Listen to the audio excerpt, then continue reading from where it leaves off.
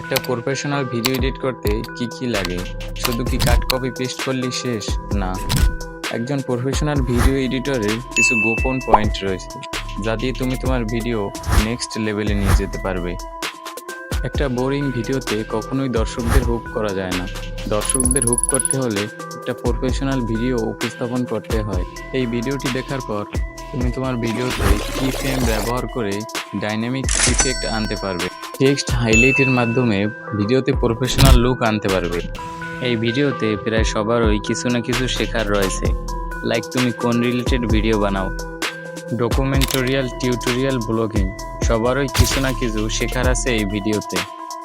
তুমি যদি তোমার ভিডিওকে নেক্সট লেভেলে নিয়ে যেতে চাও তাহলে এই ভিডিওটি তোমার জন্য। তো শুরু করছি আজকের মূল ভিডিও।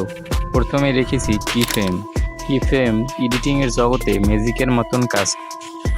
ভিডিও এডিটিংয়ের সময় আমরা অনেক ধরনের এলিমেন্ট ব্যবহার করি, যেমন ট্যাক্স, স্ক্রিনশট বা পিএনজি। বিগিনার যারা আছে তারা এটাকে নর্মালি ইউজ করে, তাই ভিডিওটা দেখতে অনেকটা বোরিং লাগে। এই ভিডিওগুলোকে রিয়েলিস্টিক করার জন্য আমাদের দরকার কি ফ্রেম। কি ফ্রেম দিয়ে যে কোনো ধরনের পিএনজিকে ডান থেকে বামে বা বাম থেকে ডানে হাইড করা যায়। এক্সাম্পল হিসেবে কি ফ্রেম কীভাবে ব্যবহার করতে হয় তা তোমাদের দেখিয়ে দিই। ফার্স্টে ক্যাপকাট ওপেন করে নেব। এখান থেকে ওভারলেতে ক্লিক করে একটি পিএনজি অ্যাড করে নেব। দেন এখান থেকে যতক্ষণ পর্যন্ত পিএনজিটা রাখতে চাই তারপর বাকিটা কাট করে দিব। তারপর এখান থেকে উপরে পিএনজি অ্যাড করার জন্য অ্যাড অপশনে ক্লিক করব। আমি চাই এই পিএনজিটা ডান থেকে বামে মুভ করবে, তাই আগে বামে নিয়ে নেব। এবার একটা কি ফ্রেম অ্যাড করে নেব। কি ফ্রেম অ্যাড করার পর পিএনজিটাকে ডান থেকে বামে এভাবে টেনে নেব। এখন ভিডিওটা প্লে করলে এই পিএনজিটা একটি অ্যানিমেশনে রূপান্তরিত হবে। বা চাইলে এই কি ফ্রেমটাকে যে কোনোভাবে মুভ করতে পারবে, উপর থেকে নিচে বা নিচ থেকে উপরে। তো 2 নম্বরে হচ্ছে টেক্সট হাইলাইট। ধরো তুমি একটি আর্টিকেলের মাঝের অংশকে হাইলাইট করে দর্শকদের দেখাতে চাও। ধরো সেটা তুমি কিভাবে করবে, লাইক আমি তোমাদের দেখানোর জন্য একটি আর্টিকেলের স্ক্রিনশট নিয়ে নিয়েছি।